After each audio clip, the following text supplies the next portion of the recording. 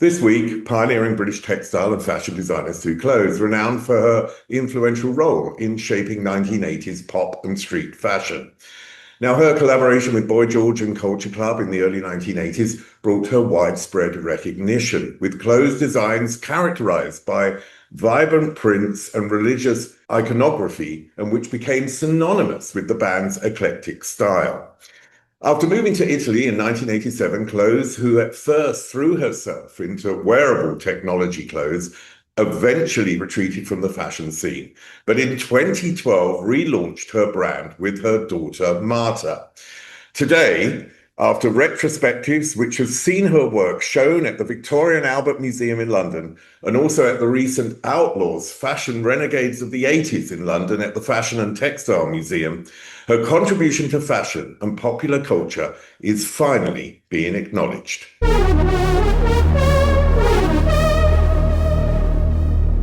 Sue Clowes, welcome. It's great to see you. You look Thank you. Thank you for inviting me. No, that's great. You're in Italy. You look very happy and comfortable and settled and lovely.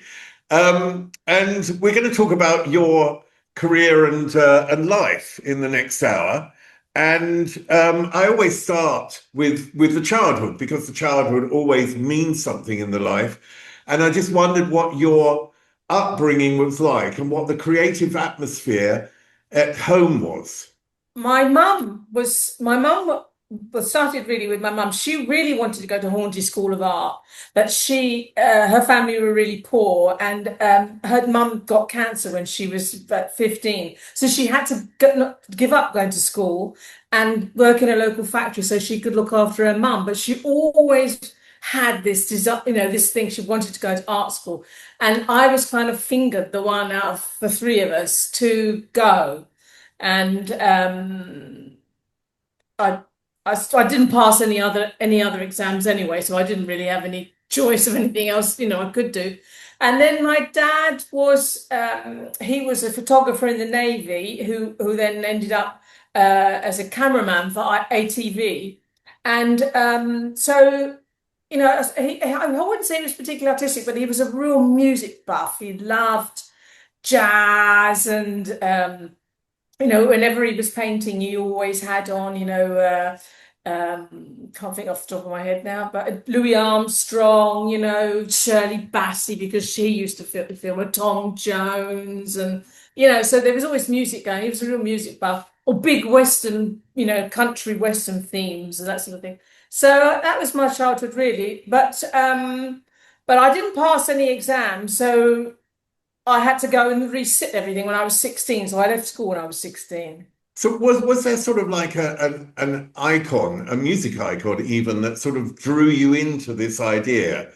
Oh yeah, I mean, of course, Bowie. Bowie was, but before Bowie, I used to listen. I got a transistor radio for Christmas, and I used to listen to Radio Caroline, And my first love of was glam rock, was with T-Rex and Marc Bolan, and I used to go around with stars under my eyes, and I loved the glam rock, the glam rock scene. I think that was my first, going to Topshop and buying anything that was glam rock, and sparkly. So yeah, glam rock, and then after that I moved on to Bowie. Yeah. I mean, for me, David Bowie, because I'm a gay guy, for me as a sort of teenager and insecure at that age, and I see Bowie, and Bowie was the person that provided a world of belonging. Was it also, your sense of belonging to a group that was interested in this sort of stuff?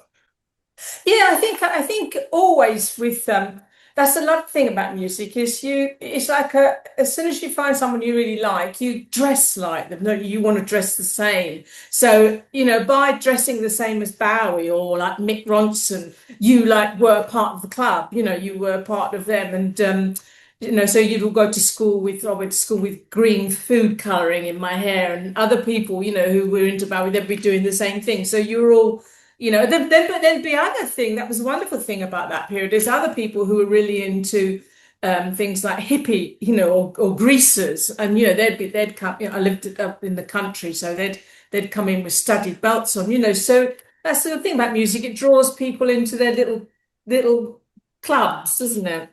Well, I was talking to Martin Green the other day, who obviously you're connected to because of the Outlaws exhibition in London, and he was saying that people that went to art school were basically all the misfits. And so you go Yeah, to art school and you're all misfits together. So suddenly you sort of fit in with all the misfits. Was that what yeah. it was like?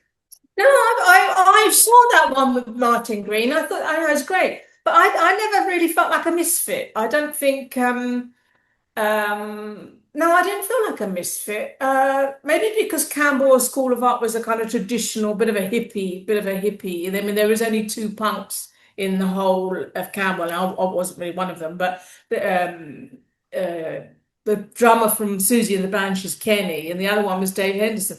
But apart from, no, I never felt, didn't feel like there were loads of misfits there, but I didn't really feel like, I always thought people were not misfits, but they were interesting. They compared to school, they could do things like with their hands. They could play instruments, or they could make sculptures and things like that. But I don't suppose I feel like I felt like I was with someone that could like the same things as me. Yeah, I suppose it could be misfit. Yeah. Did you have a mentor at the college, someone who provided information to you that you feel has stuck with you your life? I mean, there was always my dad. He was great. He'd always things like, he'd always have great things like, go and punch him in the face or something like that. That was my dad thing. Life's shit. Suck it up, sort of thing. But as for a creative mentor, I think when this guy Dave Henderson, who I went out with, he did the costumes for Jubilee. And so when I first going out with him, he was one of the first punks in the actual school.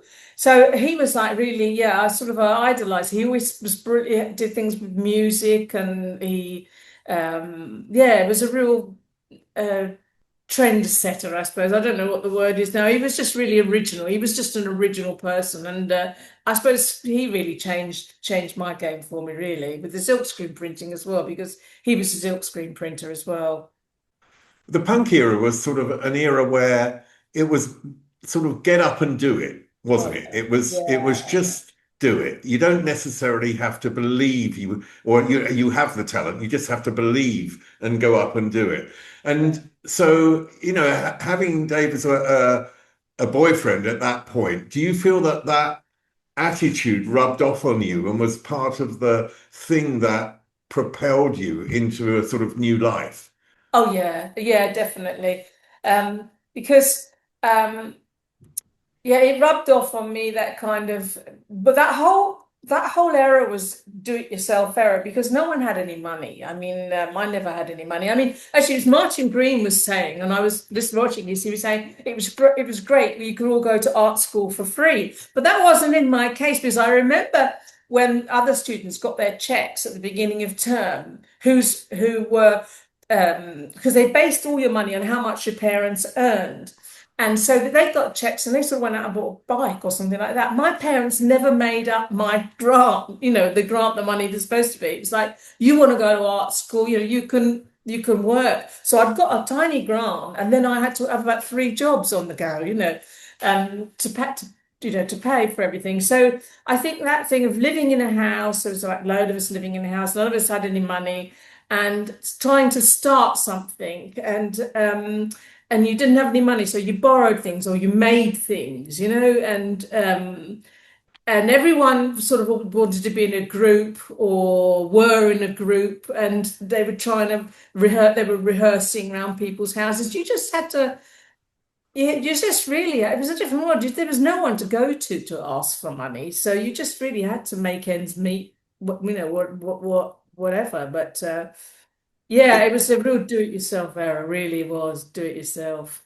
So is that how you ended up selling your stuff on Camden Market? Because basically you had to make things and make money. Exactly. I'd got myself in overdraft at the bank with this. So every day, even when I was a student, I'd get these letters from the bank. Today at the close of business, you were in debt, so and so, so and so. Oh God. So when I we moved to Camden, we had like a really dilapidated basement.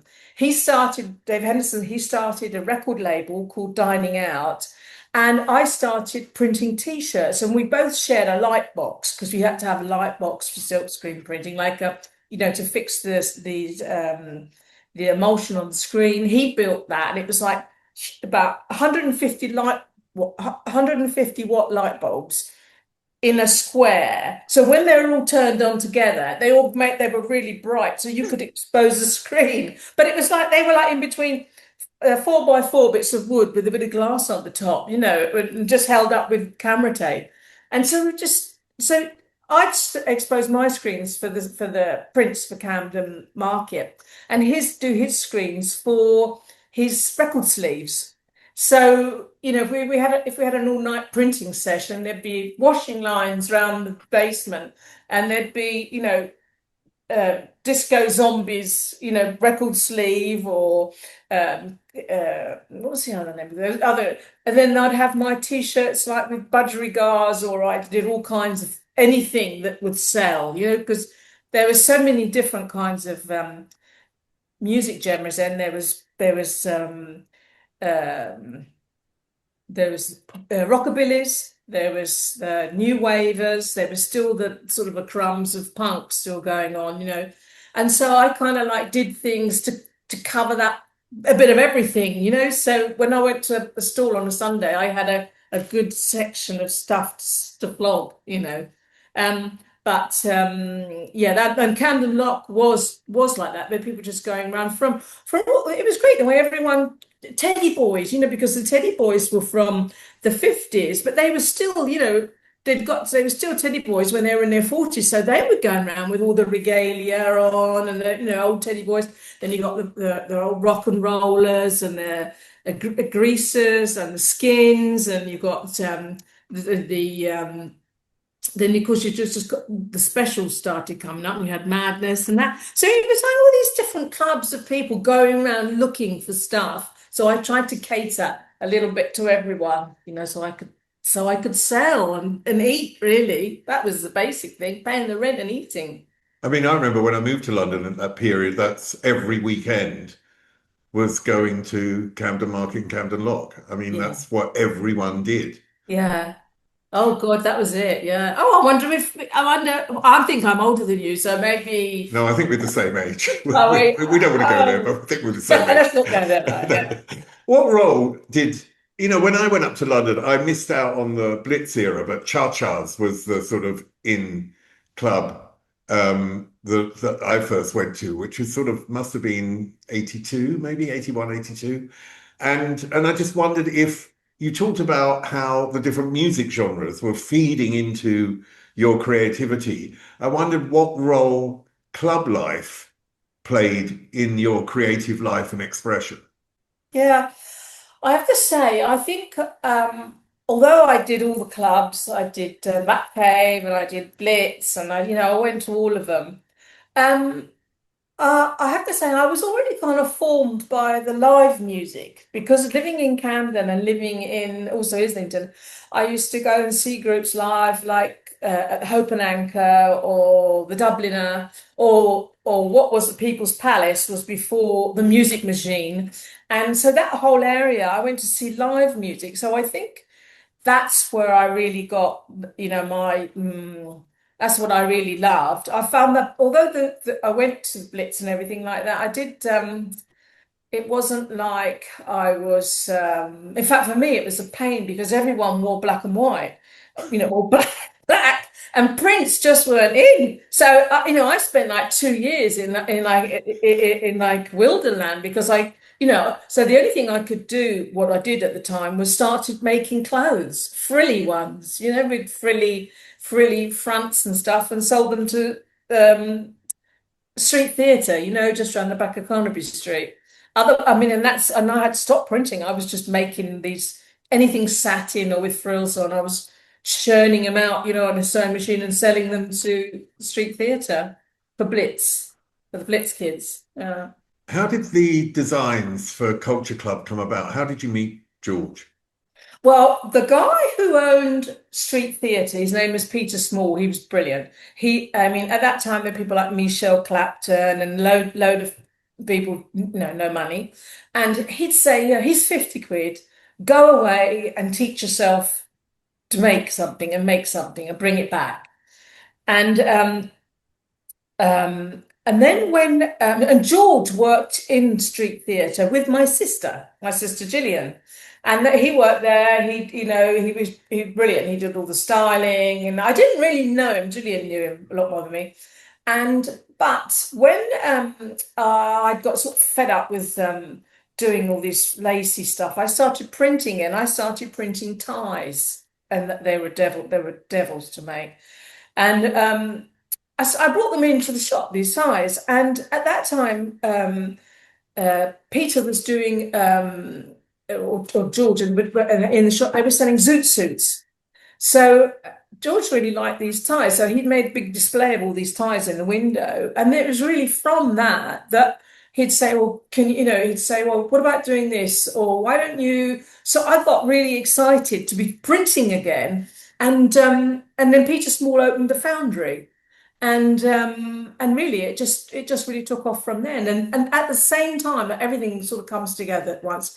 George had started Culture Club with John and Roy and Mikey, and so it just kind of ballooned into going from doing these ties to suddenly working on putting prints onto clothing. And then, of course, with the idea Culture Club, which was obviously the name Culture Club was their idea. But for me, printing, I like the idea of the fact that there were four different blokes. John was Jewish, George Catholic, Roy sort of you're sort of a English C of E, and then Mikey from a Caribbean background.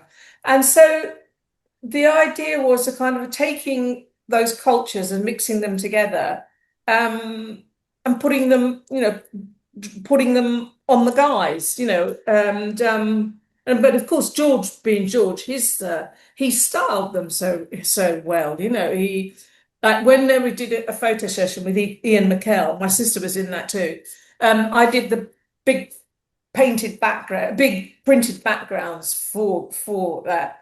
And when I saw it all together, all the prints together, and there was Mikey, I think there was Mikey's son was in it, little boy was in there, and I think his sister, and then there was my sister, and it was like this club of people all wearing different garments, and it was really, and like I say, George got the leather belts, and then the hats and stuff like that, and it just it just worked, it just worked. It just really did. It was just, yeah, it really did. It was quite amazing. It just took off. Yeah.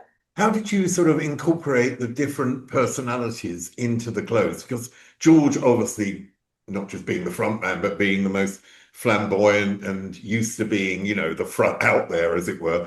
And the other guys a little bit more reticent. John Moss is quite reticent in some ways, and probably, not back. Yeah. yeah, they're not as out there in that sense. So I just wondered how you looked at the styling for the individuals and what you sort of incorporated of their personality into the clothes. Well, I think when you're young and you see pictures of yourself, nice pictures of yourself, and even though you might think when you see that, "Oh, you're never gonna wear something like that," and then you see pictures of yourself, you kind of like take on this different kind of confidence in yourself. So they wore it well, sort of thing. All four of them did, because they were made to look so good by the brilliant photographers who were around. Marc Bolan, there were such good photographers around at that time who kind of bigged them up in a way. So they looked good, and they obviously felt good in what they wore. But I think doing the hobo print for, like, really, it was especially for Mikey in a way, because there wasn't really like a religious symbol for Mikey, so it was a kind of a Caribbean-y kind of feel to it with the symbols on, and so that was really what when I did all that, rolled out the red, green, and yellow, was really specifically for Mikey. And but but yeah, it just sort of all worked really well together. And I remember one of the questions you were asking before about how do you see yourself? Someone said once, do you see yourself compare yourself to Harry Styles or Lady Gaga? I think Lady Gaga, they were really off. They were really outrageous. I don't really think Culture Club were really outrageous in a way. I think what was outrageous was just the symbolism, and also, you remember at that time, I mean, it was terrible, skinheads, walking the streets looking to beat up Pakistanis, Jewish people, or gays, So it was a good mouthpiece as well for that, really, for all the cultures living together. You can be gay and you can wear whatever you want if you want. Who are you to say I can't? And it was also that too. It was the first time that happened before. That's a bloke. It's a bloke. It was great. Yeah. Did you anticipate the reaction that your designs got? No, I didn't. No, I mean, I'd already been printing, and I had printed lots of stuff for groups. Like my first big exciting thing was I sold a T-shirt with Stratocasters all over. Was bought by the singer from The Cure. That was like because I loved The Cure, and that so I knew that was sort of what I would like doing, was making clothes for people out there, and but I never thought it would get that big. Yeah, I mean, it was quite incredible. You got people phoning up, um, all kinds of people phoning up, like even like the producer Benny Hill. Can you make us out two outfits, one big one small one for Benny Hill, because they all wanted to take off being George. But I mean, that's really big because that's on the television every Saturday night. So yeah, it was madness, mad, What totally was mad. the creative relationship with George like?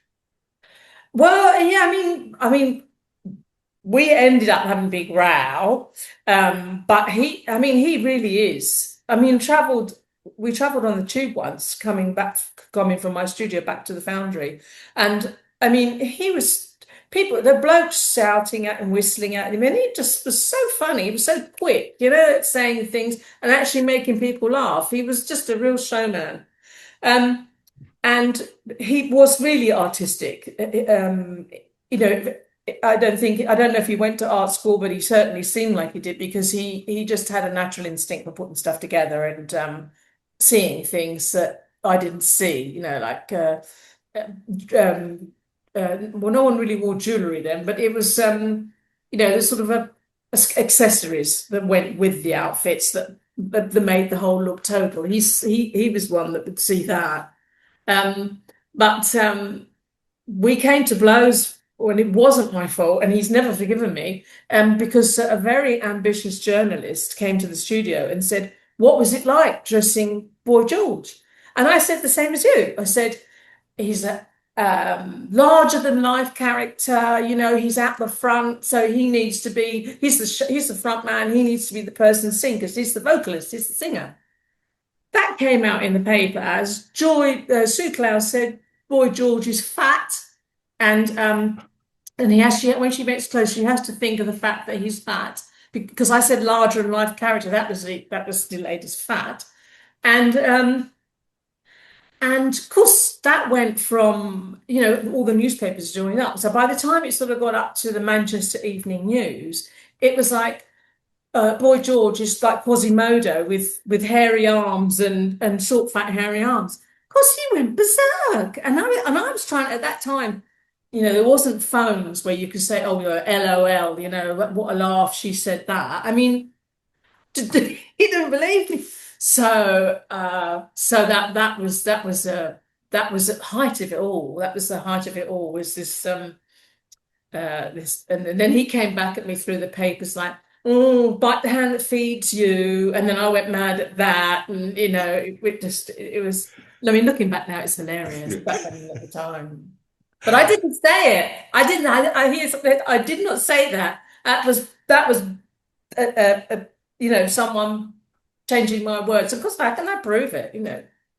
Were you on the early video shoots, and did you, help style your clothes on those shoots? Oh well, yeah, yeah. When we were with when we went to the studios of the photographers, some of them not, some of them, some of them. I was in my studio printing away like 24 hours a day. When you silk screen print, I mean, it's really hard work. I mean, when I first started, I didn't have the money to buy screens, so I used to make them out of seed boxes. I used to bash the bottoms out of seed boxes because what it is you have a frame and you stretch over the top, not silk. Now it's polyester or something, but it's got different millions of holes in it. Okay, like tiny holes you can't see. And then to get an image onto the screen, you have to put a light, sensitive emulsion on it. Then you put like a if you got your design, like let's say for example, I did the design of the Star of David with culture. Culture is supposed to be culture.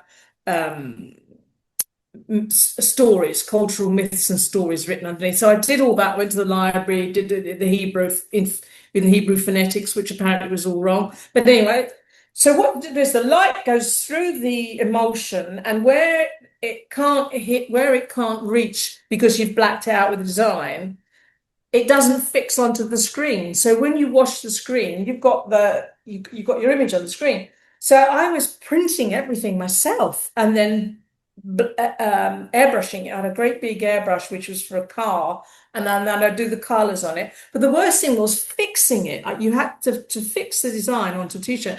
You had to do it by heat. And I didn't have the money to buy any big machine, so I was doing it with an iron. I was doing it with an iron. Like, so you get an order from Foundry for about 200 t-shirts, and I'd have to pay someone to come and iron. But when I first started, when I was first doing t-shirts, when I lived with Dave Henderson, uh, all these groups were coming round because they were on his label.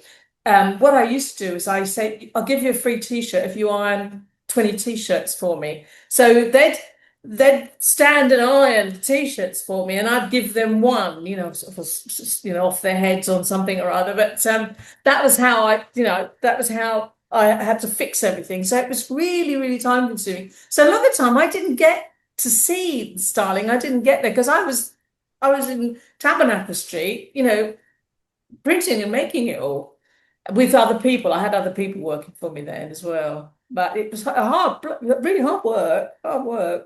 I mean, a lot of those clothes have become very iconic. Can you tell me about the symbolism in those sort of designs, what you were trying to express?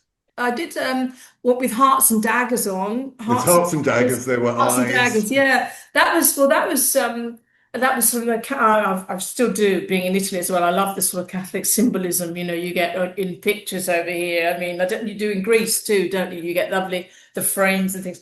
But that was the print I did was the hearts and the daggers, and then the one I think that George used to wear a lot was the cross with the aeroplanes on. That was the big cross.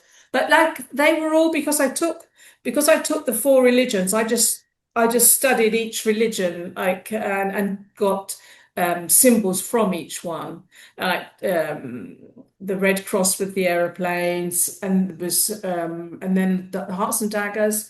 Then I did another one was the Madonna. I did one of Madonna. And I can't remember them all. But the idea was it's like footballers. When footballers have finished a game of football, they all change their shirts, because it's all like respecting other people's religion, other people's cultures. So, it's theirs, you respect it, and that was the idea, and then you still had your own, but you respected other people's. When we look at today, and I mean, you mentioned it before with Lady Gaga, but people like Sam Smith and and it is a sort of gender fluid fashion, although we wouldn't have termed it in that era. Yeah. Um, do you see it in that sense that what you created then has really influenced a lot of artists of today? I know you said with Lady Gaga, you see that as much more out there, but there Yeah. seems to be certain elements in what Lady Gaga does, and certainly in Sam Smith, that are Mm. related to that early era where you were creating a massive contribution to the look of those artists. Oh, that's wonderful to think that. But when I see their some of their costumes, I mean, the Sam Smith costume with the gold corset where he's wearing a tie, I thought was brilliant. And some of the stuff. But well, I mean, if that's the case, that's lovely. But I see some of it, a lot of their as costume, really more like costume design, their stuff. No, but I mean, if someone can see a link through there, that's great. Just time to ask you to subscribe to this channel and look out for all the other interviews, which you can find easily at popthehistorymakers.com, where there's a drop-down menu to easily locate the artists or bands that interest you.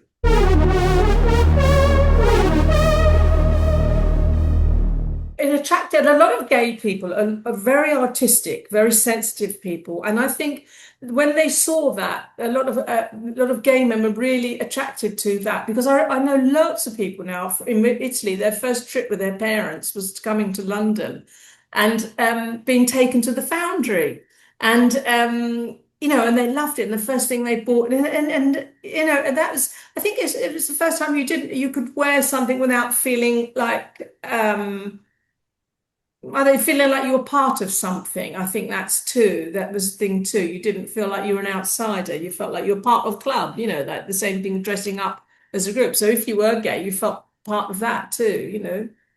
Did you feel like after working with Culture Club and getting that attention or recognition, that you became less of an outsider in fashion and more of an insider? It gave you a push in your career.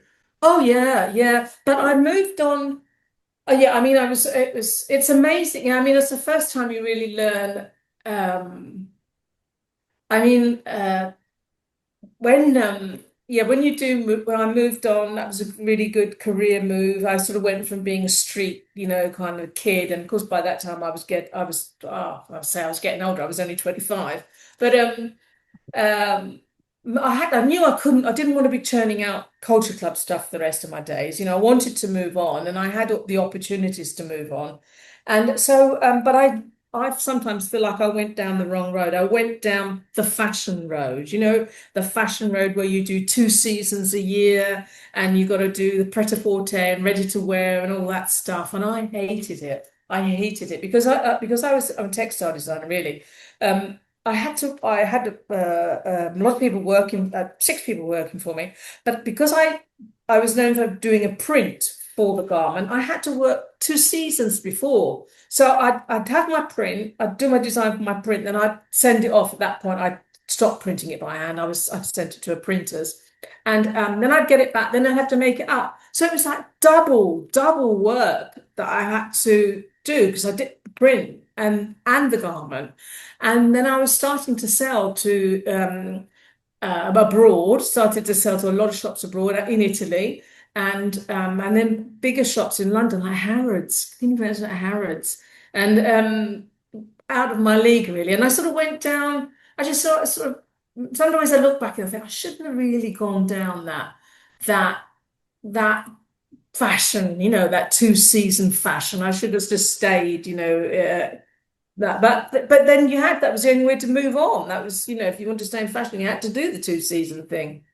But you were sort of, in a sense, someone like Suzanne Barch from New York taking you over, and I think with people like Leigh Bowery at that stage taking you to New York Fashion Week. I mean, that must have been, an amazing step up and an amazing experience. Can you tell me about it and how it happened? Yeah, well, she just turned up. She was already a big somebody in New York with the nightclub scene. And I don't know, she had this idea I think she came back a lot to London and she knew a lot of people in London. Anyway, she had this idea to take, the first show was at the roller skating rink in, I don't remember what it's called. It was a roller skating rink anyway. And I did the Flesh and Steel collection there. And I think there was Rachel Auburn. I can't remember if from Body Map were there. I think Leigh Bowery. Yeah, I think so.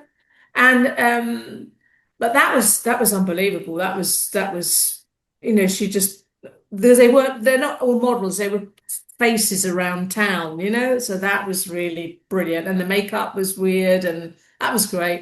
And the music track I had done for my Flesh and Steel show, I had it actually recorded for the show by Mark Riley from Matt Bianco. Do you remember that? And another guy called from the Insects. They actually did the music Flesh and Steel for the show. So that, but actually going there and being with all those creative people and in New York as well, it was really, really, really exciting. But yeah, now I did one there, one in the roller skating rink, which is the first one. Then I did another one at the what's it called, the Limelight. And then the one to Tokyo, that's where Leigh came. That was hilarious. Leigh Bowery came to the one in Tokyo, and Trojan. And he must be one of the funniest and also one of the nicest blokes I ever met. He was so tall. But also the fact is when that went in the newspaper, when that journalist did that thing in the newspaper and that came out about saying that about George, which, like I say, I didn't say. And but Leigh Bowery thought that was all hilarious. He thought it was absolutely hilarious. He followed it. And the first time we ever met, I was in the ICA in the Mall at a party there. And I saw this bloke across the other room, outside the room, screaming, Sue, Sue. And he was about 6'6", wasn't he? He was really tall. He picked me up and he put me on his shoulders and he carried me around the room. He said he'd been following it from day one, from how it all went from saying that he was larger than life to ending up like in the evening, you know, in Manchester Star. You know, he was Quasimodo or whatever. And of course, Leigh thought that was all hilarious. He thought it was so funny. And so I got on really well with him. He was an amazing artist. Yeah, but I mean, Suzanne Bartsch really did give everyone a real opening. Yeah, to America, to New York. Yeah, it's good. Yeah. So tell me about the Flesh and Steel collection, the designs. Oh yeah. Well, when I had my studio in Tabernacle Street, it was in a basement, and it was like all basements, like really damp and hideous. And one day, a knock on the door. You got any jobs? It was Jonny Slut in sort of an embryo of Jonny Slut. He was 19. In fact, the other day he wrote to me. I said, "How old were you when you came?" He said, 19. 19. Anyway, so I said, "Yeah, you know, you can hem some dresses or make tea or whatever, you know." So he started there, but as he was working for me, doing anything and anything, like, you know, he was printing, but he was also overlocking, sewing on buttons, anything. And he was morphing into, because he was in Specimen, he was sort of morphing into this goth character with a massive Mohican, you know. And of course, what an inspiration that was. And I just thought, well, I'd already had this inspiration to do the new collection, but after I'd seen Mad Max 2. Do you remember Mad Max 2? I love that film. And I'd read the book The Crash. And then, of course, having Jonny in the studio, I just thought, right, I'm going to do like a really filthy sort of a collection with like really dyed greys with silver over the top, and they had big leather belts that were all chopped up and then studded together with different prints on. So I started printing on leather. And of course, having Jonny at hand, he was not only tea boy and everything else, he was model too. So that was great because I could take pictures of him and use them, you know, for shops and stuff. But it was great because when Specimen did get going, he wore the clothes. You know, he wore some of the clothes with his own finishing touches, you know, with the net and stuff like that. But a pair of the trousers that were exactly the same as Jonny wore, I sold for 10,000 quid at Kerry Taylor's. I couldn't believe it. Jonny said, "That was a good day that I came and knocked on your door." Was it actually then beneficial to have people who were, let's say, iconic, and that other people were looking to look up to, because they, you know, like George at the start, Yeah. like Jonny? Was it important for you to have those Yeah, sort of it was. iconic people? Yeah, because really, when I went down the fashion road, where you do this two-season thing every year and you have to look at what colors were selling and all that crap, I kind of really, because before then I'd sort of I did an outfit for Jenny Bell's star, Jenny Matthias. I knew her cousin who was a dancer and Bunty Matthias. And she said, can you do stuff for Jenny? She's playing at the Marquee Club. And of course, when someone's wearing something, it also makes me think, oh yeah, I'd really be good if I could do that, if I did that in another color. It's really inspiring to sort of move it on, yeah, Jenny was wearing an acid yellow with a miles per hour sportswear thing. But seeing her wearing it, seeing her moving it, I went away from that having other ideas for accessories and things like that. So for me, having someone wearing something is real bonus, rather than just having it pinned on a dummy in a studio where you don't really see it moving around, you don't get any feedback from it. So yeah, it was a real anyone at that time. Because groups used to go into the shop and buy things, but they also used to come down to the studio. Alison Moyer came down there, and people used to come into the studio and ask for things. And of course, that was really good feedback for me. It was not, it's good for sales, but it was also really good for me to move on, to keep ideas moving. I mean, you mentioned Robert Smith of The Cure. Yeah, You mentioned, Jenny, who's a Bell star, let's yeah, say. she was great. Oh, she's a Yeah, brilliant person. Did an interview with yeah. her. I loved her. And there's Kim Wilde and the Eurythmics, I read as well, that you Well, no, were. that was another thing. They did that. Some of the people actually came down to the studio and measured them up, did stuff for them. But some people just went into the shops and they just bought the stuff in the shops, and then you'd see it in a magazine. Then you'd see stuff in a magazine, or or so usually in what's it called, in music newspapers, not Melody Maker, New Sounds, New Stars, Enemy. Enemy. You'd see someone wearing something in Enemy, and you think, oh, no, that was good. They so yeah, it was always that I used to really love. I used to really get off on musicians wearing things. That was what I always did. So that was my thing. But like I say, I couldn't just keep doing that all the time because styles change. Like what happened with New Romantic. Suddenly everything was black. What was I going to do? So I went into the fashion business, and like I say, that's how I ended up in Italy. Because of moving, to Italy and fashion hand in hand. Well, before we get to Italy, I just want to ask you about the Arms of Morpheus collection, because that's where Spandau Ballet were, I suppose, integral in a sense in the promotion of your work there, and it was a different direction, a sort of antithesis to the flesh and steel. Can Yeah. you tell me about that and what the thinking around it was?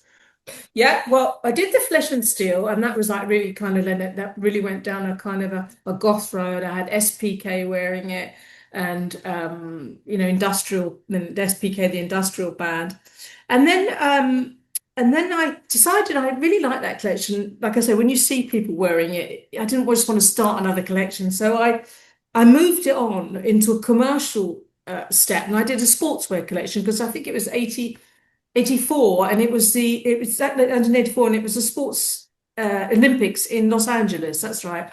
And so I instead of having greys, I did the reds and yellows and all those sort of sport colors, and made it with shorts and rugby shirts and all with the same colors with miles per hour on, and flesh and steel. But it was very commercial, and it was very geared towards American shops. And then after I'd done all that, I thought, hang on a minute, it's like it was an antithesis of that. I've done all this sportswear and all the photographs of people holding up torches, or people in running positions and things.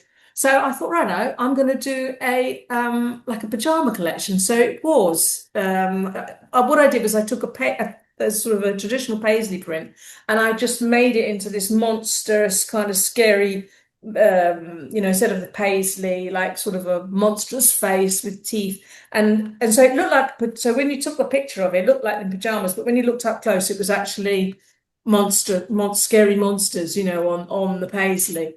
And also I started, um, when you started getting a bit of your name for yourself, I got British companies saying, "Oh, look, big company like Courtaulds." They said, "We're just about to launch this new velvet called Tricell or whatever. If we give you 50 meters, can you do this?" And, yeah, of course I can. Yeah, all right, yeah, no problem. And so I'd put some of my prints on their fabrics, and of course, a lot of those fabrics were high. That wasn't cotton anymore. It was satin, slipper satins and velvets and things. So for me, it was great because I'd never really had the money to buy big, to work on expensive fabric. So when Courtauld would say, "I'll give you so many meters of this, can you print on that?" Yeah, so that was why that was the reason why everything was a little bit more luxury and sort of upmarket, so to speak, because I was working on expensive fabrics. Yeah, really expensive fabrics. And yeah, of course, by doing that, I was moving into another market because, it wasn't like street anymore. It was like selling in, posh shops in New York and things. So yeah, I really went one extreme to another. Mm. I mean, I saw, a picture of Steve Norman in the smoking jacket, Tony Hadley with this, you mentioned it, the sort of pajama type shirt Yeah, that for wasn't round and pajama. round. That was in round and round, wasn't it? Yeah, round and round we go. Yeah, yeah, yeah. That's And right. Yeah, the very what's the word? Yeah, very flash. Yeah, yeah, and yeah. also So Arms of Morpheus just means that you're sleeping soundly, yet you've sort of gone against that with some of the patterns, the monsters that's right. on Yeah, on the shirt. on the shirts. Yeah, oh, yeah. There were nightmarish kind of images on the page. Yeah, but it was a move from doing sportswear to sort of you know, I don't have all this. I'm going to do something like sleepwear. So. It was still always experimenting, it's always experimenting. So tell me about Italy, because was that a dream of yours to go to Italy? Was it through some other reason, or, and obviously Italy being a center of fashion, I just wondered what the actual specific reason was that you went to Italy. Well, I the first time I ever came over to Italy was to do the Milan, the Milano Vende Moda fashion show there, and I just fell in love with Italy. You go abroad and you think this is it. There's not so much Milan. I came down to Florence in Tuscany. I just thought I loved it. This is it. I want to be here. I loved it. And then when the I started doing collections for a velvet collection. I did two velvet collections for a big company called Germes, which way it's pronounced in German. And it was velvet, really high-end velvet. They did the velvets also for Mercedes-Benz for the upholstery. But I used to meet them in Florence when they came. I used to meet them to get, to show them my designs. And I did 20 designs a season for them. And so I was doing that, but at the same time, I was absolutely exhausted. I had a studio. I had all these people working in the studio. I had tax man turn up and we're from the VAT. What? Who? I didn't know. I didn't know all these things. I didn't. What's VAT? What does VAT mean? So I didn't know all these things. And I just got absolutely, I had to do backlogs of everything. And then everything just went wrong. The studio got flooded and I thought I was insured. And they said no, because they said it was an act of God and I lost all my fabrics. And then I was burgled. I had a flat in the Paulsbond Road and I was burgled. And they left me a message saying, "We're coming back." All these things, everything just went wrong. Everything went wrong. And I just thought, no, I'm going to go for the freelance work and I'm going to go and live somewhere else. And so I did. I just, I went into work one day and I said to the girls and whoever were working there, I said, "I'm closing down in a month's time. I'm selling everything up, and I'm going to go. I'm going to go and work freelance." And that's what I did. When I started working, I went over to live in Italy, and I was offered a job at l'Accademia Italiana Moda in the academy school, teaching school. I worked there, and then I did collections from a flat in Florence. But I really wasn't very well. I was burnt out. I was 28, 29. I was totally burnt out. I just was done. I've been on the go since I was for so many years, and I just wanted a rest. I just couldn't do it anymore. So I stayed in Florence, and that's where I met my husband. So for many years, you didn't do so much. Is that what you're trying to say? Yeah, so when I came over to Florence, I I had, first of all, I was offered a full-time job in the Accademia Italiana Moda. I did that. And I did the velvet company. That was brilliant. I loved that. I had to go over to Germany twice a season for that. And I had other jobs on the go, but I'd kind of got tired of it. I got fed up. I wanted to do something different. So um, I had a couple of kids, two kids I've got, a boy and a girl.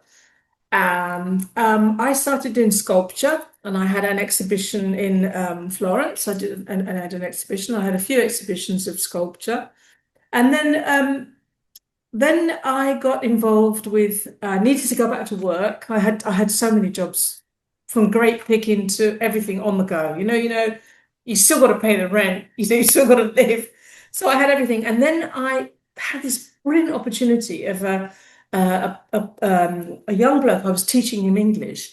His brother owned the biggest fashion company in this area, who did all the clothes for Armani, Burberry's. They did that. They also had a magazine. They also had what do they have? They had their own line. But this guy spoke, I taught him how to speak English. He said, "Come and work for me." He was 19. "Come and work for me." And he said that his brother opened him a company to do research, textile research. And I live near Prato, which is like the biggest textile area in Italy, apart from up north. And so I came, and I was a researcher and in a team of engineers and people who just knew all about, they could touch his fabric with their eyes closed, and they knew what fabric it was and where it came from. And so I worked for this company. It was brilliant, and because we did smart clothes for downloading a sort of technology that was used in space, trying to look for ways to use it in everyday, to make everyday life better. To use it in everyday life in clothing. And so a lot of research into that, and did aerogel, which is like a padding used in a padding. It's like an insulator used in space. Used that inside jackets that went to the Antarctic. And I think my favorite one though was for McLaren. They McLaren were backed by Hugo Boss, and we did a 55 mechanics outfits that they were silk, and they had all tubing running all the way through them, like 2 millimeter tubing, 55 meters. Yeah, 55 meters went all through, and it was linked to a air conditioner on the back. So while they were waiting for the car to go around and come back when it's really hot and they've got to change the wheel or something, they had these suits on, and they went out, changed the wheel, but they were cool because they kept cool because this conditioner was running all the way through the arms and all the way through the sleeve. It was a piece of genius of work, and teamwork. And so that was really exciting. That was Hugo Boss, Medeng, a Canadian company, and the Carrada Corporanova, who I work for. Of course, they had a magazine, so I used to get to interview lots of people as well. I interviewed Dyson. That was funny. But so yeah, so that was a really good break, getting back into fashion, but from a different end of it. It was really interesting. Yeah. So did the fact that Kylie in 2012 wear one of your T-shirts, was that something that impacted you, because it was the same year that you relaunched your brand with your daughter. Yeah, it was So I after. just wondered, how did you feel or how did you view this sort of obvious accolade from But, Kylie? but it was marvelous because for us because um, Martha, she works for Balenciaga now, but she when she finished well, first of all she said I thought no way didn't want my daughter to be in the fashion. I wanted her to be a chiropractor or a doctor or a nurse. So when she said to me at 16 I'm going to go into the fashion, what do you want to work in fashion for? You'll be sitting at a computer all day. Anyway, so she won a scholarship and she went and did, she did textiles and everything, and she did fashion. And then she said, I want to be a brander. I want to go into branding. So she said, can I take your old collection and rebrand it? So I said, yeah, yeah, sure. So I was along for the ride. This is great. She's going to, do it, bring it up to date and everything like that. So when that came out, that was about 2012. When that came out, that was great because that was the time when she'd put into production a lot of the old designs. Albeit they were slightly different, they slightly changed and stuff. But that was really good having that accolade, as you say, to have on the side. That was really good. And So how did yeah. you, if your daughter is sort of revamping or, the older collection, how were you communicating at that point? Were you actually working on that together? She was doing it, obviously, but were you actually communicating what you had done back then and how you had done things, or did she know? I think I completely bored the pants off of her about what it was like, in the 80s. In the 80s, we used to do that. I think she was so sick of it. That's why in the end she went and worked for Gucci. She just couldn't take me anymore. Like, when I used to, I went out with him, I was chatted up by Billy Idol once. This is like, oh mum, like, oh God, it's like, but we did it and we had some fun and we did shoes for Fornarina, which is an Italian company. We did some shoes. We had some fun, but I think after about 3 years of it, she was ready to. She'd done the branding and she was ready to go because I think in Italy there's so many other opportunities. But we had some fun. Yeah, we had some fun. I mean, But shortly after that, your work was shown at the Victoria and Albert Museum. that was right. We did the Victorian Albert Museum. They procured, as the word is, this apparently, two outfits, which they've got in their archives, which was good. And also a few other things happened then. I can't remember, but it all sort of took off again after about 2012, 2014. This started going again. And then I have a collector called Mikey Bean, who's been collecting my stuff for donkey's years. When people have put it up on eBay, he's been buying it. And he had a show of everything at Winchester. Winchester School of Art. They've got their own gallery. It's a really nice gallery there in Winchester. And he loaned them the clothes, and Sean Richard Cole did all the styling, did the curating for it. And I was really flattered. It was a very good exhibition. And what he also did was his clothes, he let the students, second year students, play around with them. And they did a project reimagining Sue Clowes it was, and they came up with some really good stuff. I almost felt like I wanted to rip them all off and start again. But they did some really good stuff. So that was nice. So I came to Winchester, and the nice thing was George went down to the show and he made a little film called Too Much Baking Powder. So I think I was forgiven in the end, even though I never said what I said, but that was very nice of it. Very nice little film. So I yeah, mean, so things have been going on a lot since then. well, it must be really good to receive that credit for what you achieved those years ago, particularly, as you say, you went through this process in the middle, which must have been quite difficult. So Oh, to actually sort of come full circle, and particularly with the Outlaws, in the Fashion and Textile Museum, wasn't that um, good? Wasn't that a brilliant exhibition? That was so good. and Yeah.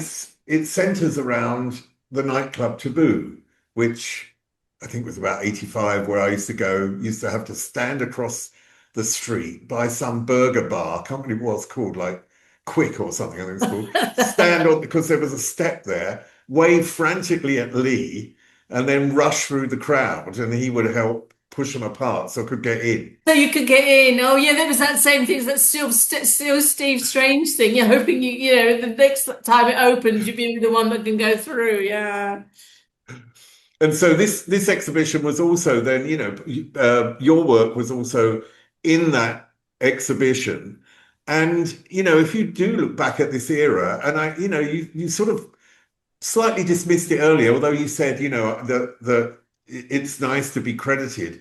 I mean, if you think of Boy George in that early 80s, you visualize him with your clothes on, with your designs on.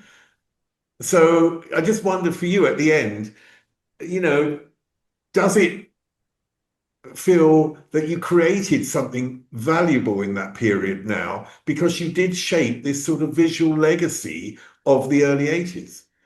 Yeah, I suppose I didn't at the time. I mean, I don't suppose I did really. I have done. I know I never told my. The funny thing is, when I married my husband, I never told him anything about what I'd done. I'd never told him where I worked, that I'd done. I never told him. It was like I just wanted to escape everything. So he never knew anything about anything for about 10 years. Like, I never talked about it. Never talked about it. And I just wanted to start a new life. I wanted to move on. I wanted to start anew. But now I look back on it, especially when my mum passed away last year, but I went home last year and just the year before, George had played at Audley End House, and it was in the local paper.